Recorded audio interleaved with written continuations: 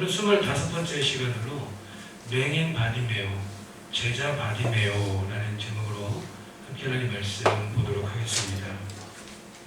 오늘 본문을 보니까 여리고 성내에 맹인 거지 바디메오가 예수님을 만남으로 눈을 뜨게 되고 보게 됩니다. 그리고 예수님을 그의 인생에 구걸하던 그 절망의 길에서 예수님을 따르기 시작합니다. 오늘 이 내용이 핵심 내용입니다.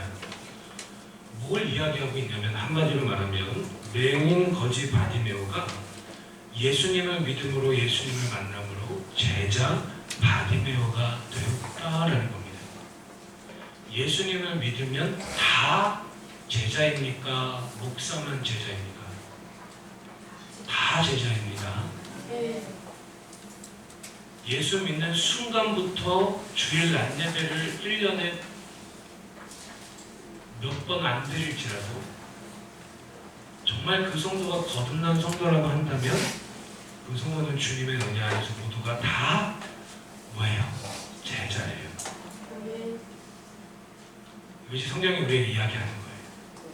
오늘 우리도 인생의 각양각색 모습으로 살아왔습니다. 맹인거지 바디메오는 거지로 맹인으로 구걸하며 살아온 것처럼 우리 각자 나름대로 살아왔습니다. 그런데 우리는 예수님을 믿음으로 그리고 믿음 생활하면서 주님을 인격적으로 만남으로 우리도 제자 바디메오가 된 것처럼 우리 모두도 다 제자가 되었다는 사실입니다. 그러면서 오늘 본문은 우리에게 이 맹인 바디메오가 제자 바디메오가 된 이 이야기를 통해서 주님을 따르는 제자의 모습이 무엇인지를 우리에게 강력하게 보여주고 있습니다. 예수님께서는 지금 마가복음의 흐름은 어떤 흐름으로 가고 있죠? 예수님은 지금 계속해서 제자들을 데리고 예루살렘 성을 향해 올라가고 있어요. 왜 올라가시나요? 죽으려고. 십자가에서 죽으시고 부활하시고 하나님 나라를 이루시기 위해 예루살렘 성을 향해 올라가십니다. 예루살렘 성을 향해 가까이 가면 가실수록 주님은 기적을 더 이상 행하지 않아요. 병든 자 잘 안 고치세요. 귀신 잘 안 내쫓으세요. 왜요? 쫓아내봤자 안 따라와. 병 고쳐줘봤자 주님을 안 따라와. 그냥 병 고치만 받고 떠나고 귀신만 나가고 떠나고 5병이요 7병이요 밥만 맛있게 먹고 주님 안 따르고 떠나는 거예요. 그래서 주님께서 더 이상 기적이나 그런 걸 행하지 않아요. 사복음서 공통적인 내용입니다. 그래서 예루살렘 성을 향해 올라가면 올라가실수록 예수님께서 무엇에 대해 말씀하시느냐 함께 고백합시다. 따르는 제자. 따르는 제자. 한마디로 말하면 제자가 무엇인지. 제자는 한마디로 말하면 따르는 자예요. 누굴 따라요? 예수님을 따르는 거예요. 여러분 성도가 모든 성도들은 다 제자예요. 교인이라는 말 하지 마세요. 별로 좋은 표현 아니에요. 사람들이 교인이 있고 성도가 있고 교회 다니는 사람이 있고 신앙생활하는 사람이 있고 집사가 있고 이렇게 다 구분을 하더라고요. 이게 잘못된 거죠. 성경은 그런 구분을 안 해요. 정말 구원받았으면 그 사람은 구원받은 순간부터 성도요, 신자요, 제자라고 성경은 우리에게 놀랍도록 축복하며 우리를 응원하고 있습니다. 그래서 제자가 무엇인지 예수님께서 예루살렘 성을 향해 올라갈수록 보여주고 있습니다. 오늘 첫 번째로 맹인 바디메오가 제자 바디메오가 되었는데 제자가 무엇인지 보여줍니다. 제자는 긍휼을 구하며 따른다라는 겁니다. 우리 함께 고백합시다. 긍휼을 구하며 따른다. 오늘 여리고성에 예수님이 들어가셨습니다. 그리고 여리고성을 들어가셨다가 제자들과 허다한 무리와 함께 여리고성을 나가서 이제 예루살렘 성으로 가시려고 하는 그런 상황입니다. 그런데 46절에 보니까 디메오의 아들인 맹인 거지 바디메오가 길가에 앉았다가 47절에 나사렛 예수시란 말을 듣고 눈이 안 보여요. 구걸하면서 사는 사람입니다.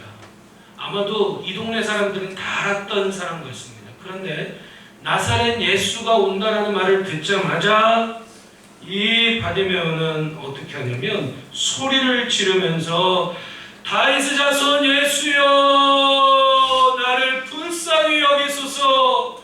아마 이것보다 더 크게 소리쳤을 겁니다. 왜 이렇게 소리칠까요? 이 바디메오는 지금까지 마가복음에 나타난 바리새인들, 예수님과 함께 있는 제자들, 그리고 예수님을 늘 따라다녔던 허다한 무리와 다르게 바디메오는 예수님이 어떤 분인지를 정확히 알았어요. 예수님과 가장 많은 대화를 나눈 사람은 사복음서를 보면 베드로 같기도 하고 언뜻 보면 바리새인, 서기관, 율법학자들 같기도 해요. 그 정도로 바리새인, 서기관, 율법학자들은 예수님과 대화를 많이 나눴어요. 근데 그 대화의 목적이 다 예수님이 어떤 분인지를 알기 위해서 나눈 대화가 아니라 예수님을 시험하고 공경에 빠뜨리기 위한 대화였어요. 이런 바리새인, 예수님과 함께 있는 제자들, 이런 허다한 무리들과 다르게 지금 바디메오는 비록 맹인이고 비록 거지고 비록 구걸하는 인생을 살고 있지만 예수님이 어떠한 분인지를 정확히 알았어요. 그래서 나사렛 예수시란 말을 듣고 당시 사람들은 저 사람이 나사렛에서 온 예수래. 그럼 뭐라고 이야기하는 줄 아십니까? 나사렛? 야, 나사렛 그 촌뜨기 동네에서 무슨 선악이 날 수 있겠어? 나사렛 그 족보도 없고 그 시골 깡촌에서 무슨 대단한 인물이 날 수 있겠어? 저 예수라는 자가 나사렛 출신이라고? 보나 마나야. 시골 촌뜨기, 백도 없고 돈도 없고 레벨도 없는 그런 인간일 뿐이야. 그런데 저런 인간이 무슨 구원자고 메시아고 그리스도야? 그런 동네가 어떤 동네였다고요? 나사렛이라는 동네였어요. 이해가 되시면 하면 합니다. 그런데 나사렛 예수시란 말을 듣자마자 이 바디메오가 뭐라고 소리 지릅니까? 나사렛 예수여! 라고 고백하는 게 아니라 다윗의 자손 예수여, 나를 불쌍히 긍휼히 여기소서. 뭐라고 외쳤어요? 다윗의 자손 예수여. 이때 당시 유대인들에게 구약성경을 통하여 다윗의 자손 예수여라고 하는 이 표현은 아무나 하지 않아요. 아무에게나 하지 않아요. 누구에게 하느냐? 구약성경부터 우리를 구원하기 위해 오시는 메시아 그리스도를 향하여 다윗의 자손 예수여라고 고백했습니다. 다윗 언약을 통해 이 땅에 오셔서 우리를 모든 죄악과 모든 심판에서 건져주시고 구원하시며 우리의 모든 삶의 죄로 인하여 오염된 모든 연약함에서 구원하시고 통치하시는 그 대상을 향해 고백하는 표현이 뭐냐면 다윗의 자손 예수여입니다. 성경을 보면 예수님께 다윗의 자손 예수여라고 한 사람은 좁은 의미로 보면 딱 두 사람밖에 안 나와요. 바디메오는요, 한 사람 누군지 아시는 분. 마가복음에서 이게 나왔는데 딸이 귀신 들려서 그 딸을 고쳐달라고 기도했던 수르보니게 여인이 다윗의 자손 예수여, 나를 불쌍히 여기소서, 내 딸이 귀신 들렸나이다 라고 하는 그 고백을 해요. 지금 바디메오의 이 고백은 뭡니까? 당시의 바리새인들, 제자들, 허다한 무리와 다르게 이 바디메오는 예수님이 어떤 분인지를 정확히 알았어요. 예수님은 단순한 병 고쳐주시는 분 정도가 아니라, 단순한 귀신을 내쫓는 분이 아니라, 예수님 당신이 먹을 것만 주는 우병이어 기적을 일으키는 분 그 정도가 아니라, 예수님은 정치적으로 우리에게 여러 가지 정책을 통하여 진보와 보수를 나누고 우리를 해방시켜주는 그 정도의 분이 아니라, 그분은 다윗 언약을 통해 이 땅에 오셔서 우리를 모든 사탄의 결박에서, 지옥에서 건져주시는 구주요, 만왕의 왕이요, 참된 선지자요, 제사장이요, 왕이심을 이 바디메오는 정확히 알았기 때문에 뭐라고 고백했다고요? 다윗의 자손 예수여라고 고백했어요. 오늘 우리도 마찬가지입니다. 예수님이 어떤 분인지를 제대로 아는 사람은요, 주님 앞에 어떤 고백을 반드시 하게 되어 있냐면, 이 고백을 하면서 제자로서 삶에 어떤 어려움이 있다 할지라도 주님을 끝까지 따라가는 것입니다. 어떤 고백입니까? 예수님, 나를 불쌍히 여겨주세요. 예수님, 나를 긍휼히 여겨주세요. 이 바디메오 본문을요, 제가 기억하기로 지금 저희 교회에서 한 4번째 설교하고 있어요. 설교할 때마다 제목이 달라요. 설교할 때마다 새로워요. 여러분, 예수님이 어떤 분인지를 정확히 한다면 주님 앞에 그렇게 구하지 말라고 해도, 큰 소리 치지 말라고 해도 우리는 주님께 바디메오처럼 나를 불쌍히 여기소서. 오늘 소리 지르며 47절에 나온 것처럼 소리 지르며 고백했습니다. 지금 소리 지른다라는 의미는 이런 의미입니다. 울다, 소리 지르다, 울다, 까마귀 울음소리, 절박한 상황에서 나오는 절규입니다. 절박한 상황에서 나오는 오열, 거친 신음소리를 표현하고 있습니다. 마가는. 바리새인들은 이런 거 없어요. 열두 제자도 이런 거 없어요. 허다한 무리도 이런 거 없어요. 그런데 바디메오는 소리를 지르면서 절박한 자신의 인생의 길에서 거지로 앞을 못 보는 맹인으로 멸시청대받는 자신의 인생의 길에서 벗어나길 원하여 다윗의 자손 예수여 나를 불쌍히 여기소서 소리 지르며 주님께 기도하고 있습니다. 한마디로 말하면 오늘 제자의 모습은 뭡니까? 어떤 우리의 삶의 장애물이 있다 할지라도 긍휼을 구하며 끝까지 주님을 따르는 모습입니다. 그래서 긍휼을 장애물 앞에서 긍휼을 구하라. 우리 한번 고백합시다. 장애물 앞에서 긍휼을 구하라. 목회자로서 이렇게 보면 어떤 성도가 주님을 따르다가 장애물을 만나고 있어요. 저는 막 애간장이 타고 주님과 멀어질까봐 믿음의 길에서 벗어날까봐 목회자로서 너무 막 침이 바짝바짝 마르고 때로는 막 몸살이 오기도 하고 콧물이 나기도 하고 머리가 지끈지끈 아프고 막 그래요. 여러분 장애물을 만날 때가 있습니다. 바디메오가 이렇게 주님께 소리를 지르며 나를 불쌍히 여기소서라고 했더니 어떤 장애물을 만났습니까? 48절에 그 주변에 있는 예수님과 함께 있는 많은 허다한 무리들과 심지어 제자들마저도 뭐라고 하느냐? 많은 사람이 꾸짖어. 48절에 많은 사람이 꾸짖어 조용히 좀 해라 이 더러운 그지야. 조용히 좀 해. 앞도 못 보는 놈이야. 저리 좀 가. 예수님 가시는데 좀 조용히 좀 해. 많은 사람들의 시선이 판단이 장애물이에요. 여러분 그랬더니 바디메오는 어떻게 합니까? 48절에 전장을 했더니 더욱 크게 소리 질렀대요. 더욱 간절히 크게 소리 지르면서 다윗의 자손이여 다윗의 자손이여 나를 불쌍히 여기소서라고 주님 앞에 그 장애물 앞에서 긍휼을 구하고 있습니다. 만약에 바디메오가 많은 사람들이 조용해라 이 그지야 앞도 못 보는 놈이 만약에 이렇게 꾸짖었을 때에 그 장애물 앞에서 바디메오가 그것을 바라보면서 멈췄다면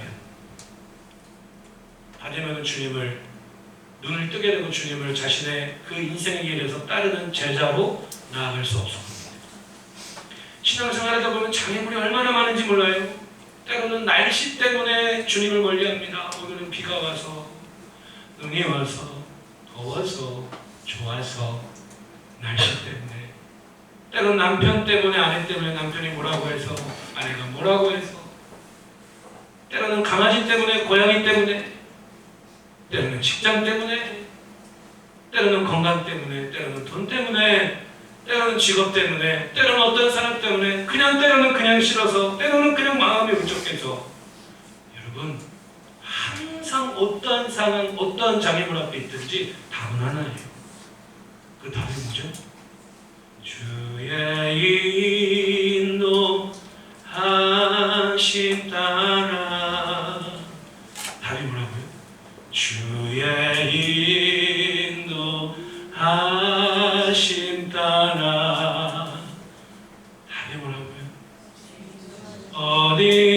어디든지 주를 따라 주와 같이 가려네.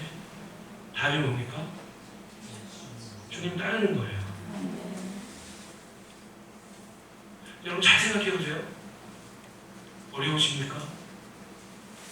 나 이것 때문에 신앙생활 이것 때문에 힘들어. 이것 때문에 어려움 없는 사람이 어디 있어요? 네? 때로는 아들 때문에 딸 때문에 주님 멀리할 때도 있고 별별 이유가 많아요. 때로는 유혹도 있고 핍박도 있고. 그런데 여러분 생각해 보세요.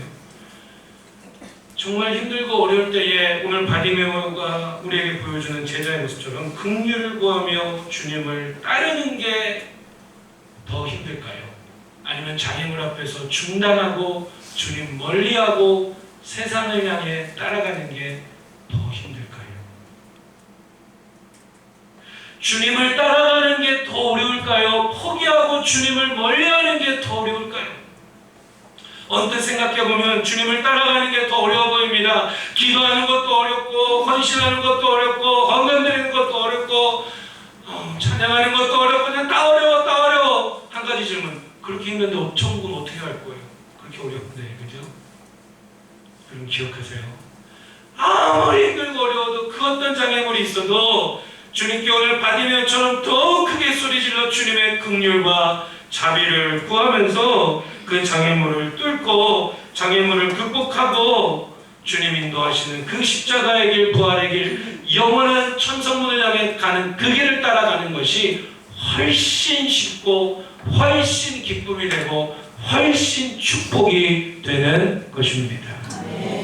이 믿음이 우리 안에 세월이 지날수록 확고해지기를, 확실해지기를 주님의 이름으로 축복합니다. 주님 우리의 가정을 불쌍히 여겨주세요. 도와주세요. 의지합니다. 그런 표현이에요. 예수님 누군지 아세요? 알고 계세요? 그럼 주님 앞에 도와달라고, 의지한다고, 긍휼히 여겨달라고, 주님 앞에 그렇게 구하고 외치시고 매달리시기를 주님의 이름으로 축복합니다. 아멘. 두 번째로 오늘 바디메오를 통해 보게 되는 제자는 어떤 것입니까? 새로운 이미지로 주님을 따르는 자예요. 우리 함께 고백합시다. 새로운 이미지로 따른다. 새로운 이미지로 따른다. 여러분 한 사람의 이미지가 얼마나 중요합니까? 특히 정치인들 보면 넥타이 색깔이 아주 민감해요. 저는 그냥 입는 거 차요. 귀찮아. 입는 거 차요. 있으면 차고 없으면 안 차고. 근데 웃긴 건 뭐냐면 맨날 차는 게 몇 가지 똑같아요. 이미지 관리 얼마나 많이 해요?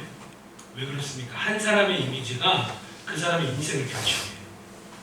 그리고 어떤 사람의 이미지가 이렇게 있으면 주변에 있는 사람들이 그 사람의 이미지에 맞게 대해줘요. 그 사람의 이미지가 좋으면 주변에 있는 사람도 그 사람에게 좋게 대해줘요. 그 사람의 이미지가 나쁘면 주변에 있는 사람도 그 사람을 나쁘게 대해줘요. 오늘 바디메오의 이미지가 어땠습니까? 그야말로 폭망입니다. 완전 폭삭 망했고 절망이고 희망이 없어요. 바디메오의 이미지는 어떤 인생의 이미지를 살고 있습니까? 길가에서 구걸하는 맹인입니다. 동네 사람들이 다 아는 거지입니다. 완전히 희망이라고는 찾아볼 수 없는 그런 바디메오의 인생의 이미지죠. 그런데 이런 바디메오가 어떻게 새로운 이미지로 변화되는가라는 겁니다. 여러분 중요한 건 바디메오 이미지가 예수님을 만나기 전에, 믿기 전에 바디메오 이미지가 이러하니까 주변에 있는 사람들도 바디메오를 어떻게 대합니까? 그렇게 홀대하는 거예요. 막대하는 거예요.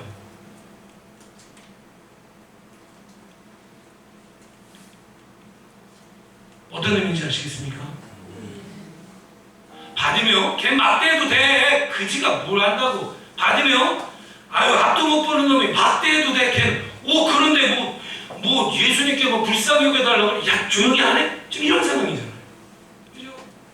근데 이런 바디메오가 주님 만남으로 새로운 이미지로 변화됐어요.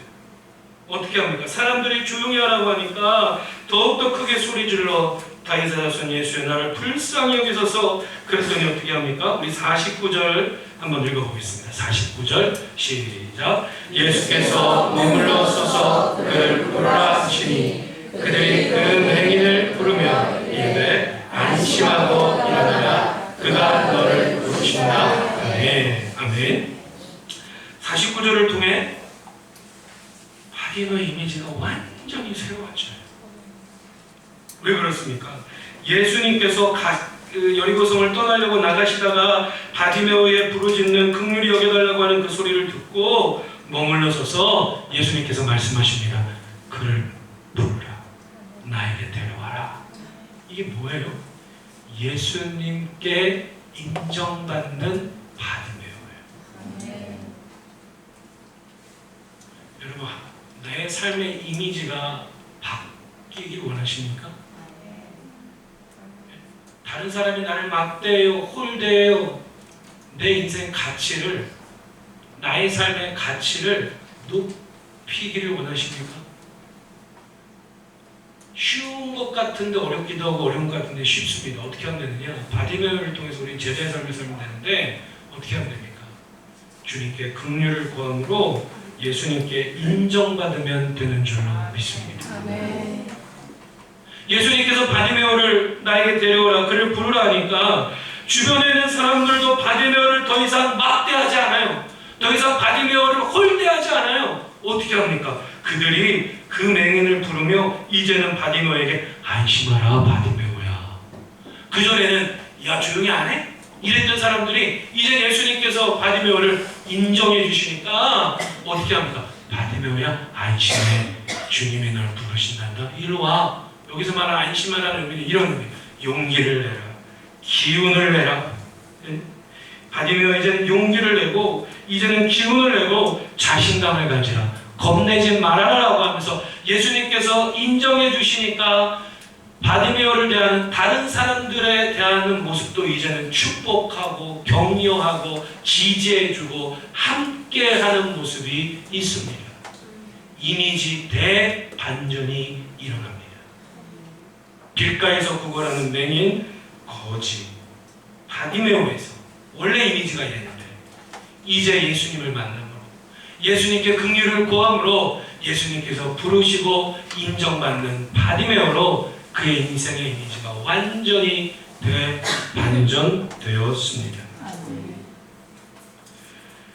마가복음 10장 46절 위를 보면 45절에 예수님께서 이런 말씀을 하셨어요. 인자가 온 것은 섬김을 받으려 함이 아니라 도리어 섬기려 하고 자기 목숨을 많은 사람의 대성물로 주려 함이니라.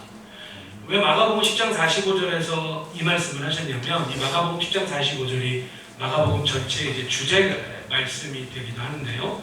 왜 이 말씀을 하셨냐면 지금 예수님이 죽으러 예루살렘 성을 향해 올라가고 있는데 그 장면을 앞절에서부터 읽어보시면 제자들은 뭐 하고 있냐면은 세베대 아들 야고보와 요한이 갑자기 예수님 우리가 한 가지 소원이 있는데 뭐냐?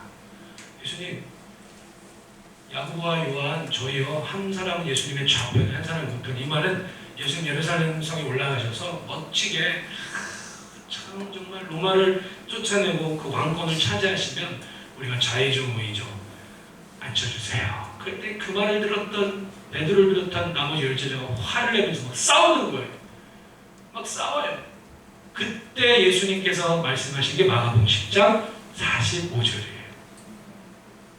무엇입니까? 서로 높아지려고 했던 제자들, 스스로 높아지려고 했던 제자들. 그런데 바디메오는 어땠어요? 예수님께서 인정하시고 높여주셨던 바디메오. 마가복음을 기록한 마가는 이것을 비교하면서 우리에게 제자가 어떤 모습인지를 보여주고 있습니다. 그래서 여러분 이런 거죠. 긍휼을 구할 때에 예수님께 인정받아요. 그런데 이렇게 신앙생활하는 그리스도인들을 보면 이미지가 안 바뀌어. 자, 거기도 좀 보세요. 이미지가 잘 안 바뀌는 사람들의 특징이 뭐냐면 긍휼을 안 구해요. 주님께. 여러분 예수님께 어떤 문제든지 어떠한 인생의 장애물이든지 오늘 바디메오처럼 엎드려 긍휼과 자비와 도움과 은혜를 구하십시오. 구하십시오. 새벽에 저녁에 기도 시간에 또 대표기도 찬양 순서 맡으실 때에 빠지지 마시고 나오셔서 긍휼을 좀 많이 구하십시오. 긍휼을 구할 때 예수님께 인정받고요. 예수님께 인정받으면 이미지가 바뀌어요. 그래서 사람들에게도 인정받기 시작합니다. 그래서 새로운 이미지로 반전됩니다. 고린도후서 5장 17절은 우리에게 이렇게 증거하고 있습니다. 그런즉 누구든지 그리스도 안에 있으면 새로운 피조물이라. 여기서 말하는 피조물은 완전히 하나님께서 새롭게 우리를 창조하셨다는 건데 오늘 말씀을 통해서 이렇게 의역하고 싶습니다. 그런즉 누구든지 그리스도 안에 있으면 새로운 피조물이라. 즉 새로운 이미지로 변화된다. 이전 것은 다 지나갔으니 보라 어떤 게 되었다고요? 새 것이 되었다. 여기서 말하는 보라가 중요해요. 정말 예수님을 믿는다면 주변에 있는 사람들이 나를 볼 때에 내 인생의 이미지가 바뀌어가고 있고 바뀌어졌고 날마다 새롭게 더딜지라도 조금씩 주님을 닮아가며 오늘 바디메오처럼 새로운 이미지로 변화되는 모습이 반드시 보여진다라는 것입니다. 우리 좌우를 한번 이렇게 믿음으로 축복합시다. 예수님 안에서 날마다 새로운 이미지로 변화됩니다. 우리 서로 축복하실까요? 시작! 예수님 안에서 날마다 새로운 이미지로 변화됩니다. 아멘. 할렐루야. 슬픔의 이미지였던 사람이 예수님을 따르면서 기쁨의 이미지로 변화가 돼요. 이기적인 이미지의 사람이 예수님을 따르면서 더딜지라도 배려하는 이미지로 바뀌어지고 깍쟁이 고집쟁이 이미지들이 예수님을 제자로 알고 따르면서 더딜지라도 이제 다른 사람을 이해하고 용납하는 넓은 마음의 이미지로 바뀌어지고 가난하고 찌들고 병들었던 이미지가 주님 앞에 긍휼을 구하고 예수님께 인정받음으로 주님을 따름으로 복되고 나눠주고 흘려보내주는 복된 이미지로 바뀌어지는 것입니다. 여러분 잊지 마세요. 왜 내 주변에 좋은 사람이 없을까? 내가 좋은 사람이 됩니다. 우리 청년들에게 늘 하는 얘기예요. 너가 먼저 너를 업그레이드 시켜라. 그래 좋은 배우자 하나님께서 보내주시고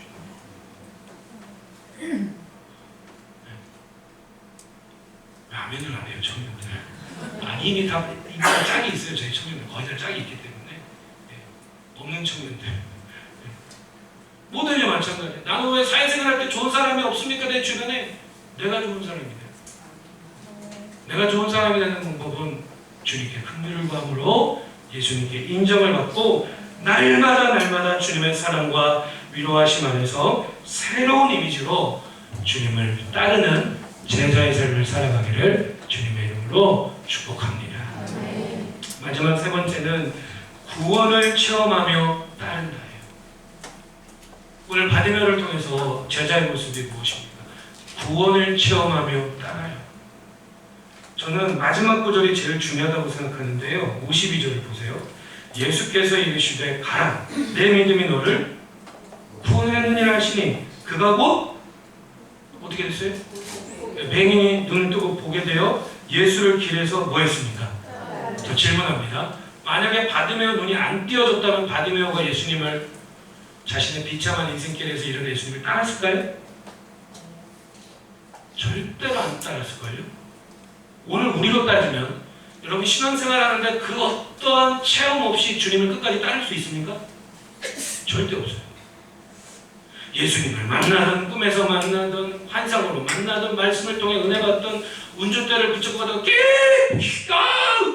큰일 날 줄 알았는데 성성이 주님 감사합니다. 이런 체험이든 뭐든 여러분 우리가 주님을 끝까지 따라가기 위해 그렇다고 해서 항상 신비주의 항상 말씀을 벗어나 엉뚱한 체험은 잘못된 것이지만 그렇다고 해서 끝까지 주님을 따라감에 있어서 이러한 구원받는 체험이 하나도 없을 수는 없다라는 사실입니다. 오늘 우리도 보세요. 여러분 주님 왜 따라요? 주님 왜 따르십니까? 구원의 체험이 있어요. 구원의 체험이 있기 때문에 주님 살아계시구나. 하나님 살아계시구나. 정말 이 세상에 돈, 권력 그런 게 전부인 것처럼 보이지만 정말 내가 제자로 주님 앞에 삶을 드려야 될 것은 오직 예수님이구나 라는 것을 우리는 뭔가 체험했을 때 비로소 주님을 따라가게 됩니다. 오늘 바디메오도 마찬가지였어요. 그런데 예수님께서 말씀하십니다. 내게 무엇을 하여 주기를 원하느냐 51절에 보기를 원합니다. 그랬더니 52절에서 예수님께서 내 믿음이 너를 구원하였느니라 라고 했습니다. 자 여기서 어떤 믿음입니까? 바디메오의 어떤 믿음이 바디메오를 이 깊은 절망의 인생에서 앞을 보지 못하고 굶주리고 부걸하는 이러한 인생에서 일어나게 했고 눈을 뜨게 했습니까? 어떠한 믿음이에요?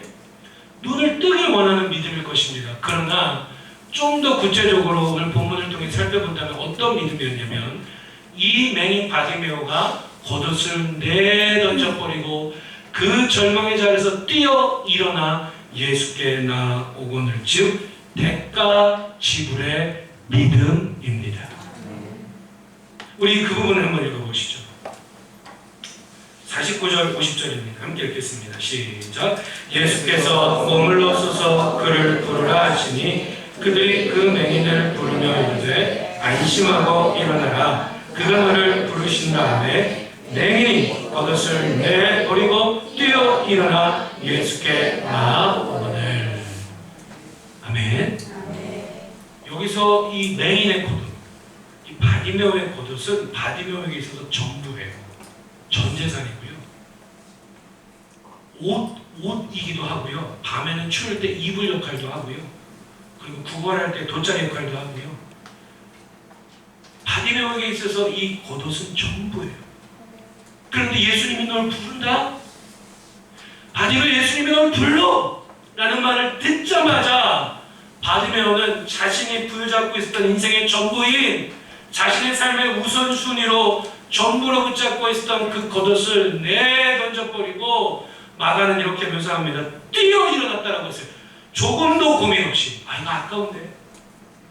이거 버리고 주님께 가면 뭔 일 있겠어? 응? 이거 버리고 예수님께 가면은 그냥 쪽박 차는 거 아니야? 이런 고민 전혀 없이 지금 바디메오의 믿음은 뭡니까?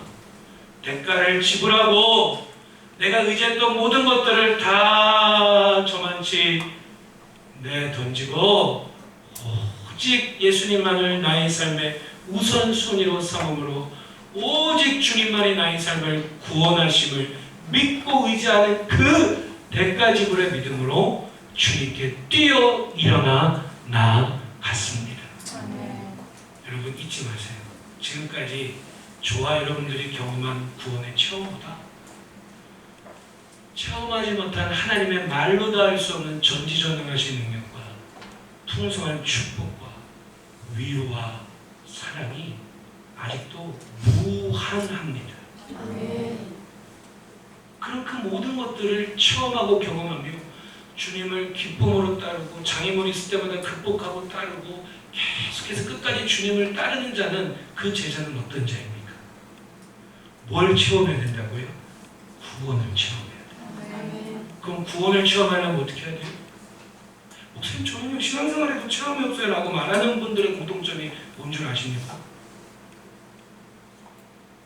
오늘 본문을 통해서 느낌이 오시죠? 여러분 구원을 체험하려면요 뭐 아니면 도로 가야 돼요. 겉옷 아니면 예수님, 예수님 아니면 겉옷. 둘 중 택해야 돼요. 근데 우리는 겉옷을 버리려고 하면, 겉옷을 버리고 예수님 널 부르신다라고 할 때 주님께 가려고 하면 이거 아까워서 어떻게 버려? 그렇죠? 겉옷을 버리고 주님께 가려고 하면 주님께 간다 해도 뭐가 있겠어? 의심이 일어나요. 구원의 체험을 경험하고 주님을 따르는 제자, 여러분 이것이 어떠한 장애물 앞에서도 끝까지 주님을 따르는 제자의 모습인 줄로 믿습니다. 사업에 어려움이 있으세요? 나의 사업장에 내 던지고 뛰어 일어나야 될 내 사업장에 내가 붙들고 있는 겉옷이 뭡니까? 그것 때문에 주님의 축복을 경험하지 못하고 있다면 너무 억울합니다. 가정에 어려움이 있으세요? 그래서 기도생활에 방해가 된다고요? 남편 때문에 아내 때문에? 언제까지 그러실 겁니까? 10년 후에도 똑같을 수 있지 않을까요? 어쩌면 지금보다 더 멀리 주님과 멀어질 수 있지 않을까요? 여러분 가정에 주님보다 붙들고 있는 겉옷이 뭐가 있습니까? 그 겉옷을 내던지고 주님 의지하면 가정이 큰일이 날 것 같습니까? 남편과 아내와 자녀들에게 안 좋은 일이 일어날 것 같습니까? 정반대입니다. 여러분 자녀들이 공부하는 데서 어떤 어려움이 있습니까? 우리 아이들 양육하는 데 어떤 어려움이 있습니까? 우리 아이들을 양육하는 데 있어서 내가 주님보다 더 붙들고 있는 겉옷은 무엇입니까? 그것을 내던지고 뛰어 일어나 주님을 전폭적으로 의지하는, 주님을 우선순위로 놓고 따르는 이 100가지 믿음이, 바로 이 내 믿음이 너를 뭐 했다고요? 구원했어. 그래서 받으면 기쁨으로 길에서 일어나 주님을 따라갔습니다. 지금 이러한 내용은 우리가 지난주에 봤던 누구와 비교를 하고 있을까요? 부자 청년이에요. 부자 청년이 처음 예수님께 오면서 주님, 저는요 말씀 다 해냈습니다. 영생 얻으려면 어떻게 됩니까? 그랬더니 예수님께서 십계명을 행하라. 전 다 해냈습니다. 야, 그런데 너 한 가지 부족한 게 있어. 뭔데요? 너 돈이 많으니까 부자잖아. 다 팔고 가난한 자들에게 구제하고 나눠주고 그런 다음에 날 따르라. 보세요. 결론은 뭐예요? 결론이 축복이에요? 따르는 거예요? 결론은 치료예요? 따르는 거예요? 결론은 귀신 나가는 거예요? 따르는 거예요? 따르는 거예요. 그런데 우리가 신앙생활 하다 보면 체험을 위한 체험으로 끝나. 그래, 난 이런 체험했어요 라고 말하는데 이렇게 보면 따르는 게 없어, 주님을. 네? 나는 뭐 치료받았어요 할렐루야 놀렐루야 하는데 따르질 않아. 저는 뭐 축복을 받았어요 그러는데 따르질 않아. 주님 말씀하십니다. 보세요, 여러분, 보세요. 부자 청년아, 돈 많지. 네, 그거 다 팔고 결론이 뭐예요? 따르라. 그럼 주님 따라가면 뭘 얻어요? 세상에서 가장 귀한 누구를 얻어요? 예수를 얻어요. 그게 가장 큰 성공이고, 그게 가장 큰 축복이고, 그게 가장 큰 가치 있는 인생인 줄로 믿으시면 다 함께 큰 소리로 아멘 합시다. 아멘. 할렐루야. 그게 가장 큰 성공이에요. 그게 가장 큰 축복이에요. 그게 가장 큰 가치 있는 인생임을 여러분 믿으시기를 바랍니다. 결론은 따르는 거예요. 왜 축복, 왜 경험을, 왜 치료를, 왜 귀신이 나고 따라서 끝까지 주님을 따서 결국 주님을 나의 소유로 내 보석으로 부하로 삼는 것입니다. 근데 부자 청년은 그 겉옷, 그 부자 청년에게 있는 겉옷, 그 돈을 대가지불을 하고 싶은 마음이 없는 거예요. 그럼 주님과의 동행하는 삶이 더 이상 긴밀하게 이어지지가 않는다는 것입니다. 말씀을 정리하고 마칩니다. 여러분 기억하십시오. 넘어져도 제자예요. 실수해도 제자예요. 베드로는 심지어 나 예수님 몰라. 예수님 누구야? 나 몰라. 예수님 부인하고 저주해도 제자예요. 기억하십시오. 그런데 이제 중요한 게 있어요. 뭐냐? 놀이동산에서 자유형권을 끊어서 들어갔어요. 들어갔는데 어떤 사람들은 놀이동산에 들어갔으면서도 놀이동산 밖에 있는 게 더 재밌어 보여서 그 입구에서는 대충 음료수만 마시고 그 입구에서 그냥 머물고 있는 거예요. 근데 어떤 사람은 자유형권을 끊고 놀이동산에 들어가서 놀이동산에 구석구석 다니면서 누리고 기쁨을 만끽하고 놀래기도 하고 옷도 좋고 하여튼 누릴 수 있는 걸 다 누리는 거예요. 질문합니다. 두 사람 다 어디 안에 있는 거예요? 놀이동산 안에 있는 거예요. 우리도 마찬가지예요. 저 사람은 왜 이렇게 저렇게 신앙생활을 할까? 라고 하는 모습이 있다 할지라도, 우리가 어떤 연약한 모습이 있다 할지라도 우리 모두는 다 하나님 나라 안에 이미 들어가 있는 성도요 제자인 줄로 믿습니다. 신앙생활을 꼭 그렇게까지 해야 돼? 그렇게까지 꼭 해야 예수 믿는 거야? 라는 말 하지 마세요. 여기서는 다 같이 하는 하셔야 돼요. 조용히 반대해주세요. 아니 신앙생활인데 꼭 그렇게까지 예수 믿어야 돼? 그런 말 하지 마세요. 복이 안 돼요. 다 같이 받아주십시오. 그렇게까지 꼭 해야 돼가 아니라, 그렇게까지 꼭 해야 돼가 아니라, 그렇게까지 꼭 하는 그분이나 그렇게까지 꼭 안 하는 나는 둘 다 제자예요. 근데 차이가 뭡니까? 누리는 게 달라. 보고 있는 시야가 달라. 주님과 누리는 기쁨이 다르고 주님과 함께 누리는 크게 달라요. 여러분 그렇게까지 신앙생활 해야 돼? 우리가 뭐 주님을 위해 해봤자 뭐 얼마큼 하겠습니까? 주님 우리에게 생명을 다 주셨는데. 마지막으로 또 전합니다. 여러분 놀이동산의 입구에서 맴돌다가 끝나는 모습이 아니라 하나님 나라는 이미 들어와 있으니 주님을 기꺼이 즐거움을 따르시면서 누리시고 기쁨을 만끽하시고 오히려 놀이동산 밖에 있는 자들을 하나님 나라로 초대하시는 이런 그런 축복의 통로로 살아가기를 주님의 이름으로 축복합니다. 아무리 힘들고 어려워도 주님 안 따르면 쉬울 것 같죠? 기도 안 하면 쉬울 것 같죠? 주님 안 따르면 쉬울 것 같죠? 정반대예요. 정반대예요. 어려워도 기도하고 어려워도 믿음으로 주님 바라보고 주님 긍휼을 구하고 따르면요 구원을 체험해요. 그럼 또 주님 따라가는 거예요. 언제까지요? 끝까지. 언제까지요? 끝까지 주님 앞에 서는 그날까지. 우리 한번 이 찬을 다시 한번 드리고 마칩니다. 예수 나를 오라네 예수 나를 오 언제나 주님 우리를 초대하십니다. 어디든지 주를 따라 주와 같이 가려네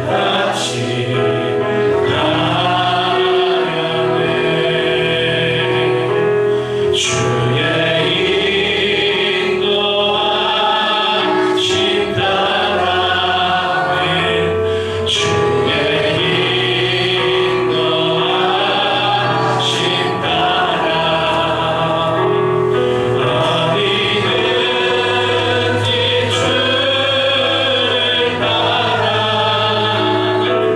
주와 같이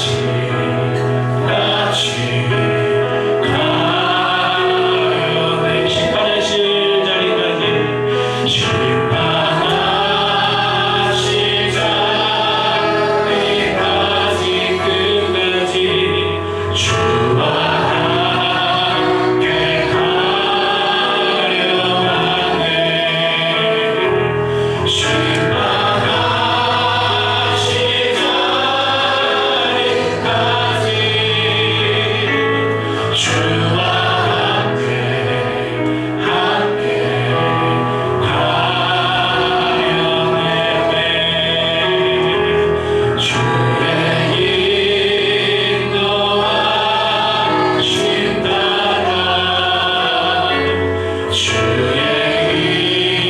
인도하심 따라 어디든지 주를 따라가길 주와 같이 가려네. 여러분 기도하기 원합니다. 주님을 기쁨으로 감사로 잘 따르고 계신 분들이 있습니까? 그럴 때일수록 형통할 때일수록 그만할 것이 아니라 겸손히 더욱더 감사를 표현하며 그 형통의 날마다 연장되기를 축복합니다. 어쩌면 오늘 말씀을 들으면서 내 이야기가 그전처럼과는 다르게 요즘에 주님 따르는 나의 모습이 뭔가 지지부진하고 참 장애물을 만나고 있는데 이러지도 못하고 저러지도 못한 채 정말로 연약함에 있는 분들이 있습니까? 낙심하지 마십시오. 주님께서 우리를 포기하지 않으시고 항상 우리를 오라 하시며 우리를 붙잡아 주시니 오늘 긍휼을 구하고 새로운 이미지로 그리고 겉옷을 내던진 바디면처럼 대가를 지불하고 구원을 다시 체험해야 될 때다. 지금이 바로 구원을 다시 체험해야 될 기회구나라는 이 사실을 우리가 믿음 안에서 바라보기를 원합니다. 그래서 우리가 이 시간 잠시 말씀을 붙잡고 기도합시다. 우리 함께 기도합니다.